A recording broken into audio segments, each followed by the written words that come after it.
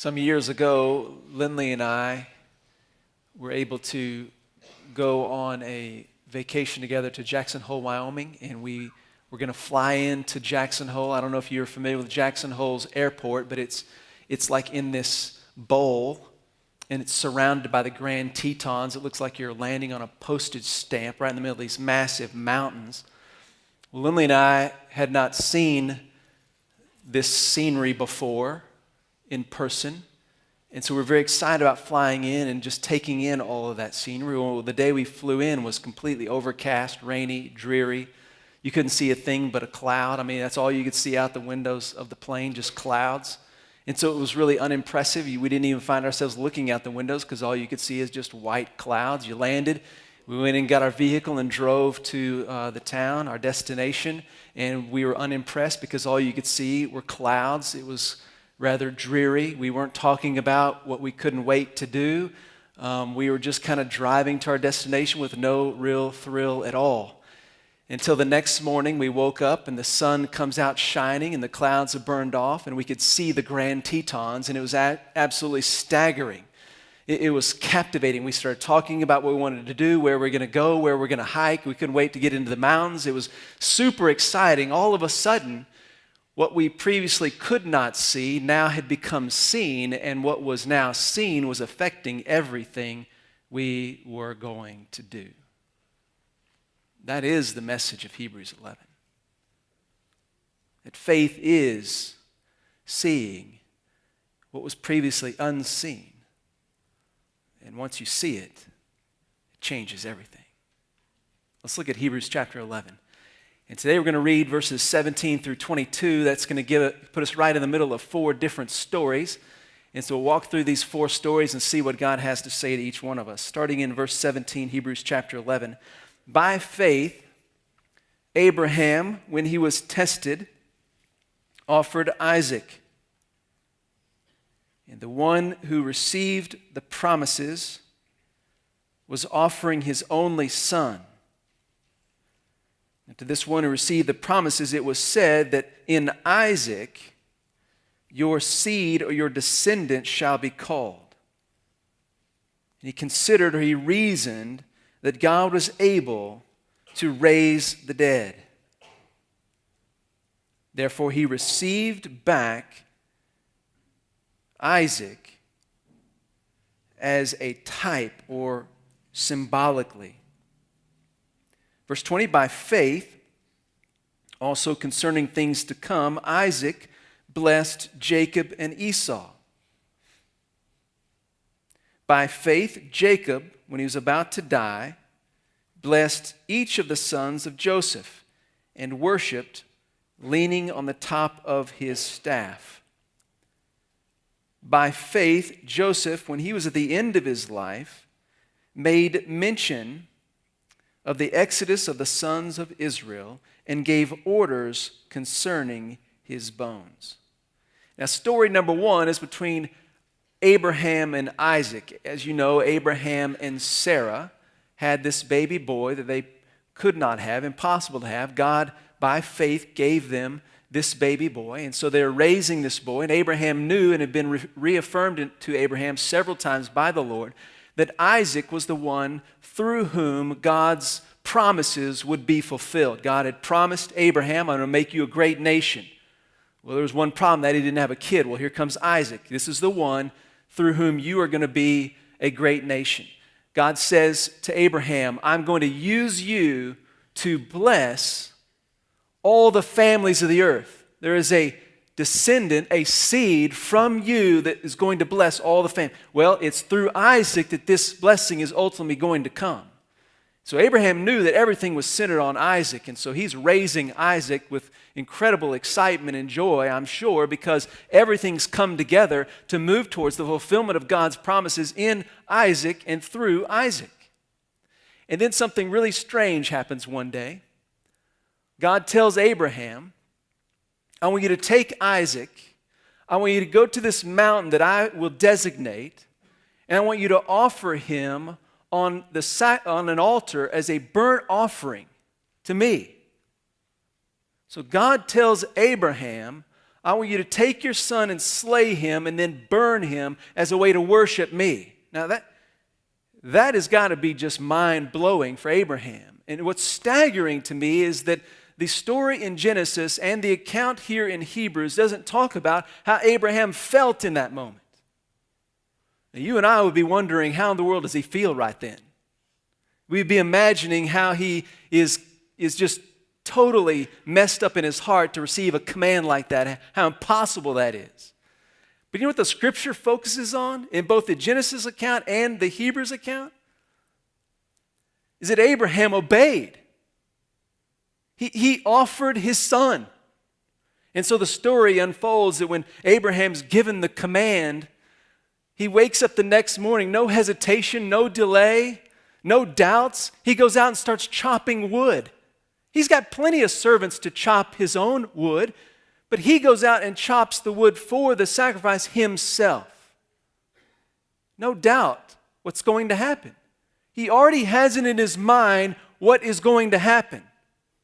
He goes out and chops the wood, gathers the servants up, gathers Isaac up, loads up the stuff on a donkey, and heads out towards the mountain. It's a 3-day journey. They get to the place where they believe that they're supposed to be going up and making this sacrifice, and Abraham says to the servants, I want you guys to stay here. And he says, me and Isaac, we're going to go right over there together. We're going to worship, and then we are going to come back. He has no doubt what's going to happen.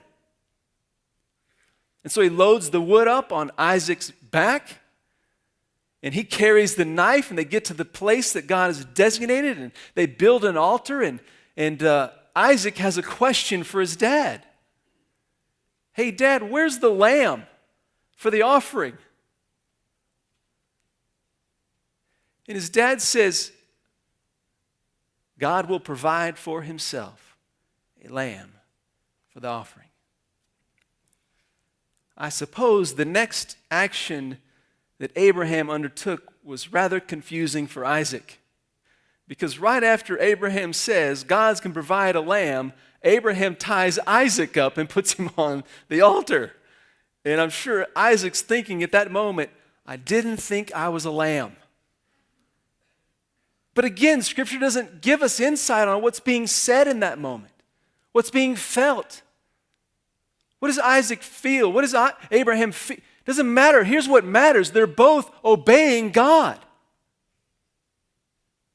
And Abraham places Isaac on that altar, and he is bound, and he raises that knife. And just before he's going to bring the knife down to slay his son, God stops him. And then Abraham sees a ram caught by the horns in a thicket just a little ways off. He goes and gets the ram, and he and Isaac offer the ram as a burnt offering before the Lord in worship. And God reaffirms the promises, and he says to Abraham, I want you to know that this will happen for you as you have believed in me. I will bless you and make you a great nation. I will give your descendants a victory that they will never ever before imagine could happen. And I will make your descendant be a blessing to all the families of the earth. Now, how was Abraham able to obey God in such an impossible circumstance? By faith. See, by faith, Abraham was able to see beyond the death of Isaac, and he knew that God could raise Isaac from the dead. Abraham had never seen God raise anybody from the dead. But Abraham knew God, and he knew the promise of God. And the promise of God is that through Isaac, all of these blessings are going to occur. And so Abraham reasoned, if God's promise is that Isaac is the one, if I kill Isaac in response to God's command for me to kill Isaac, well then it's God's problem how he's going to fix it so that the promise comes about. I'm going to obey him because God can overcome the problem my obedience creates. If my obedience creates a problem, God will fix that problem because God has given me a promise. And so Abraham saw beyond the present impossibility to the future promise of God, and he reckoned that God would be faithful to even raise Isaac from the dead to fulfill his word. There was nothing that Abraham could do in obeying God that would keep God from keeping his promises. So Abraham saw the future through his faith and was able to act in the present in a way that he overcame the impossible. I mean, how would it be possible for the father to do that to his son? It wasn't impossible because Abraham saw the future promises of God, and it shaped the way he acted in the present. I'm a friend with a guy who, in his job place, became aware of some unethical practices being carried out by the president of a large company. And he was down the tier a little bit and saw this activity going on, and then he was asked to be privy and involved in some of the things that would jeopardize his own ethics. He knew that if he stood up against the president of the company, it would probably result in him losing his job. But he was a Christian man, and he knew that he should obey the Lord in standing for truth. He was probably going to lose his job. Probably felt like for him an impossible circumstance. But he had a choice. I'm going to look at my present circumstances and make my decision based on what is best to get what I want, to keep my job, to support my family, to move forward in my career. Or I can see what is the promises of God, the unseen things that God has promised as a child of God, and I can do right now in the present based upon what I see in the person of God and His promises. And he chose in this circumstance to do what was by faith in the promises of God, and he stood for what was right. And sure enough, the president began to work it to where he would lose his position in this company. And things were falling apart all around him, and he continued to stand fast for the Lord, knowing that God could take care of him. No matter what his boss did to him, he could not undo what God would do for him if he trusted in the Lord. If he got fired, God was big enough to take care of getting him another job. God was big enough to make sure that that president of the company did not succeed in firing him if that's what God wanted to do in order to take this man forward for the purposes and plans of God. He knew that he could trust in the unseen promises of God that he would provide for this man. And you know what? Circumstances turned practically overnight. And the unethical behavior of the president became known. He was fired, and this man who was being fired by the president, the owner of the company, came to him and said, I want you to write your job description and tell me what you want to keep you here because you are the one that's right. Now, if he'd been fired and everything had worked for the worse, he would still have experienced the promise of God being fulfilled in his life. The point is that he made a choice to face the impossible by seeing the future promises of God as more significant than his current circumstances. You're going to be faced the rest of your life with decisions and circumstances that feel rather impossible to obey the Lord in. And you will have in those moments a choice to see what is around you circumstantially and make your decision, or to see the invisible promises of God that are yet to be fulfilled in your life and to embrace those through faith and let those guide your present day life circumstances. There's only one choice that leads you to the place of hearing the kind of thing that Abraham heard. You believed, and you're going to experience great blessings in your faith. How do you face impossible things? By faith. You see what God has promised. It shapes everything you do. The next two stories are very similar. They're about blessings to children. And so let's start with Isaac blessing Jacob and Esau. Now, Jacob and Esau are twins. Isaac's wife, Rebekah, is carrying twins, and along the way, she begins to feel during her pregnancy this striving going on in her womb. She becomes a little bit concerned that these boys are already fighting and begins to pray about that and asks the Lord about that. And the Lord answers and says, in your womb are two nations, and the older will serve the younger. Before these two boys are ever born, God has a plan for them. Now, when Esau and Jacob are born, Isaac prefers Esau. He favors the older boy, Esau. Rebekah, the mom, favors the younger son, Jacob. Perhaps Isaac did not like what Rebekah heard from the Lord. Isaac favors Esau, Rebekah favors Jacob, their whole lives. At the end of Isaac's life, he's so old and sick that he can't see, he's about to die.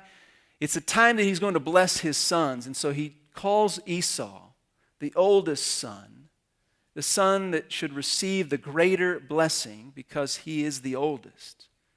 And he says to Esau, I want you to go out and hunt some game for me and prepare a savory dish and bring that back, and I'm going to eat that dish, and after I've eaten that dish, I want to bless you.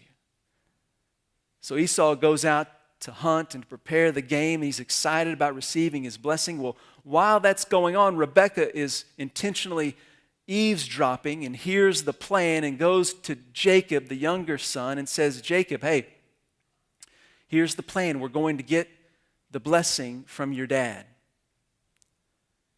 And so Rebekah and Jacob devise this scheme, and they put Esau's clothes on Jacob, and they put some skin on his arm so he feels and smells just like Esau. Isaac cannot see, and so he smells and he hears.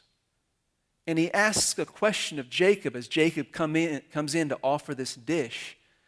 And Isaac says to Jacob, are you really my son Esau?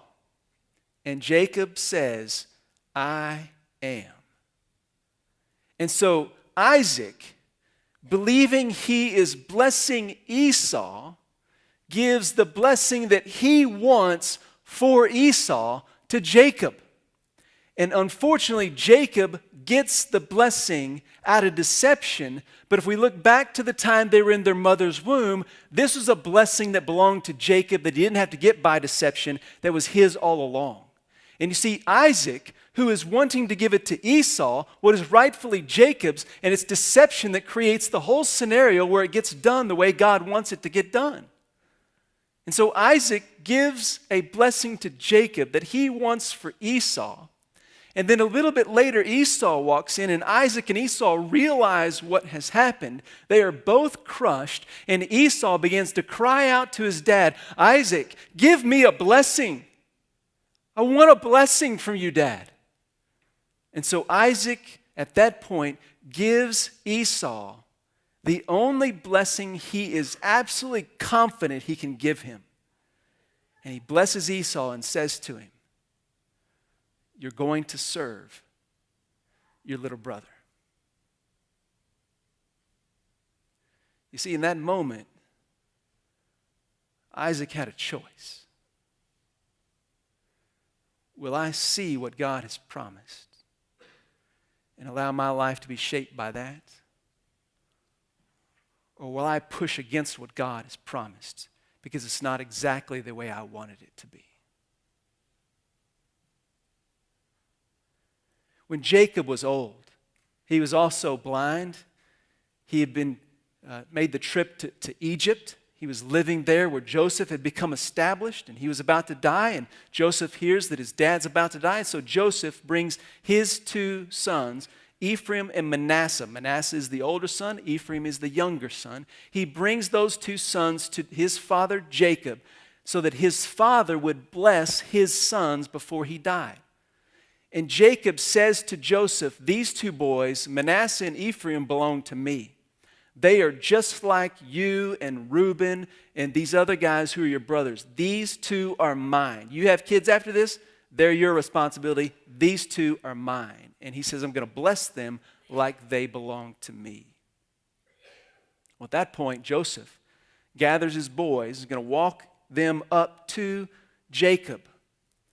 And what he does is he has Ephraim on his right hand and Manasseh on his left hand, so that when he walks them up to Jacob, Ephraim will receive the left hand of blessing, and Manasseh will receive the right hand of blessing. Because the right hand of blessing is the one that shows more favor. And so he walks them up there just like this, and Jacob, not being able to see at all, crosses his hands and puts his right hand on Ephraim and his left hand on Manasseh, and then makes a blessing over both of them synonymously. So he says the same thing over both of them, but he puts his right hand on Ephraim, designating that Ephraim receives the greater blessing. Well, after that's done, Joseph says, hey, Dad, you had your right hand on the wrong kid. Let's redo that, okay? And Jacob says, I know what I was doing. And the younger son will be greater than the older one. How is it that Jacob is able to give a blessing that is not what it's supposed to be? This is not what would have been expected. You see Joseph pushing against it. How is Jacob able to do that? By faith, he sees the future that God has planned, and his current circumstances are shaped by it, even though it's not exactly what it was supposed to be. But both with Isaac, Jacob and Esau, and Jacob, Ephraim and Manasseh, we see a circumstance that's not what is expected. It's not what it's supposed to be. But they embrace the plan of God because they see the future. They see the plan and the purpose and the promises of God, and it shapes what they do in the moment. I suspect in your life you've already experienced many things that you would say, this is not how it's supposed to be. This is not the way I wanted it to go. And we've been dealing with a little sports injury in our house, and our whole family's been feeling that feeling of this is not the way it's supposed to be. It's Weston's senior year. He's got this injury. He's having to sit out of his athletics for a time period, and we've just been like, this is not the way it's supposed to be. I know that's a trivial, insignificant thing in the scheme of life, but that's how you feel in the moment. And so you either have a choice to trust in what God has said and promised in the future so that you embrace what's happening in the present. That God has a plan. And it may not be what you thought it was supposed to be. It may not be what you want it to be. But His plan is good and right. His plan is the way you experience His blessings.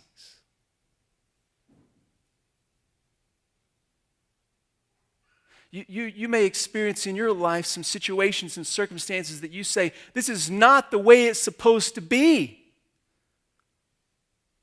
I don't want it to be like this. You're going to have a choice in that moment to embrace and believe that God knows how He wants to get you to that point in the future, and what He's going to do in your life through the circumstances that He allows to get you to that point so that you embrace Him and experience His blessings. You're going to have a choice to make whether or not you allow what you see in the future promises of God to dictate how you respond to your circumstances presently. Will you believe that what God has begun in you, He will perfect or complete in you till the day of Christ? Well, then what are you going to do when you get in that circumstance? You say, this is not fair. This is not the way I want it to be. This is not the way it should be. What are you going to do in that moment? Are you going to look at the promises of God and say, I will embrace what is and live in what is for the purpose of what will be? In other words, will you believe that God reveals what will be so that you can live in what is without getting crushed by your life and instead live in the midst of it for the purposes of God. See, faith enables you to see what will be so that what is can be an opportunity to reflect the glory of God no matter what.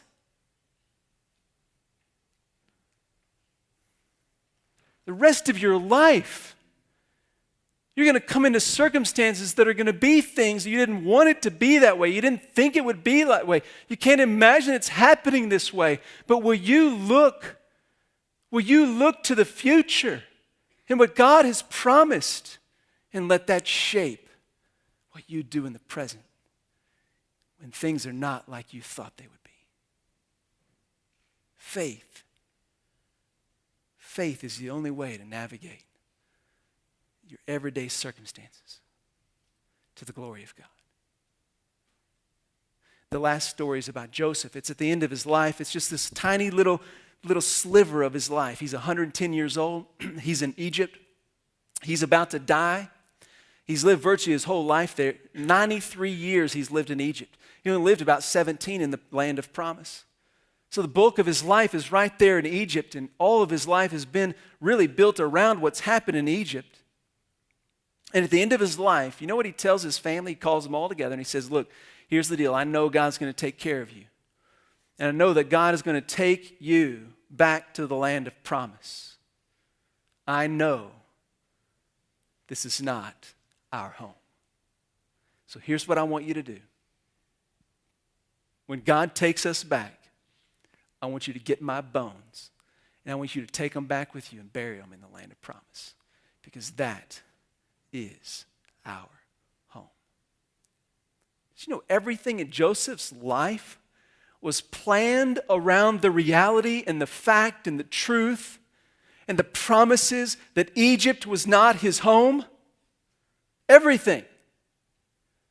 From the moment he was kidnapped and sold off into slavery, the moment he was in Potiphar's house and thrown in jail, from the moment in jail that the two guys working for Pharaoh didn't remember him, from the moment that Pharaoh exalted him over Egypt, the moment his brothers came and bowed down before him in Egypt, every step along the way was a life lived knowing that Egypt was not his home.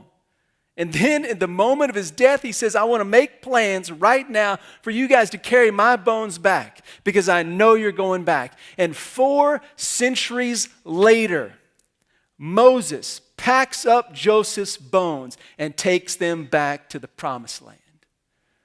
Joseph planned his life around the promises of God.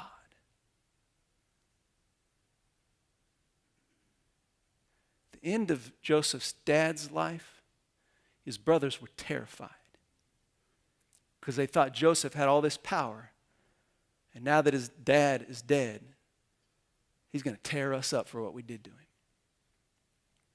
You know what Joseph said to his brothers? He says, what you intended for evil, God intended for good. You know what that means? That Joseph's entire life was understood through the lens of God's promises. And it changed everything he did. I want you to think about your life and the decisions that you make every single day. Are the decisions you're making every single day planned through the lens of God's promises? That's what faith will allow you to do. Faith in Jesus Christ allows you to see the promises of God and plan your every single day based on the promises of God. Think about this. There are 2 areas of your life that need to reflect this mentality. Primarily, all the stuff you have, everything that you possess. You need to make plans with that stuff with eternity in mind. Yeah, you've got to make plans to do with that stuff what matters for your life today, no doubt, but every decision needs to be made with eternity in mind. Are you making plans because you think this is your home, or are you making plans because you know this is not your home? The other area of your life that needs to be reflected is in your relationships. Relationships with others in this church need to be done in such a way that you understand eternity has more impact on how you relate to one another than what happens while we live here in this place that's not our home. And see, we keep pushing you and saying to you, we want you to be family here. We want you to be close. We want to be connected. We want to walk in faith together. You know what that means? You know what that really, here's code for what that really means. You're probably going to get hurt. You're probably going to get disappointed. You're probably going to experience something that makes you think, how could this happen in the church? How could this person who's a Christian treat me that way? How could this happen to me? That's what's going to happen, because when we do life together in this place, our humanity is just going to spill over at times, and we'll be reminded over and over again that God's not done with us, and this is not our home.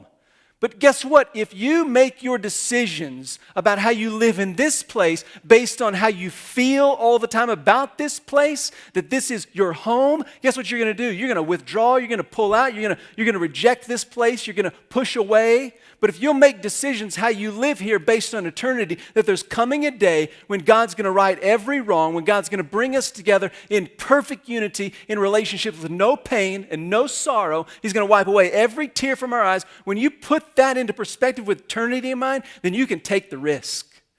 And you can love each other. And you can live in this place knowing that this place is really not our home. You take the same mentality with your family, take the same mentality of those you're around every single day, the people who don't know Jesus Christ. You don't interact with them on any other basis except this idea that this is not my home. I have an eternity of promises here. I want to bring that to bear in my relationship. See, faith is getting to see what could previously not be seen. There's nothing like faith in Jesus Christ, because when you place your faith in Jesus, you will see what you previously could not see, and what you see can shape your life so that you walk in the blessings of God. And trust me, trust what God says. You put your faith in Jesus and you will see the unseen. You will. It may not happen like you thought it would. It may not happen when you thought it would. It may not be like you thought it would be, but if you put your faith in Jesus, no matter what, you will see. And the Word of God becomes your lens. So you get to open this book and you get to read what God has said.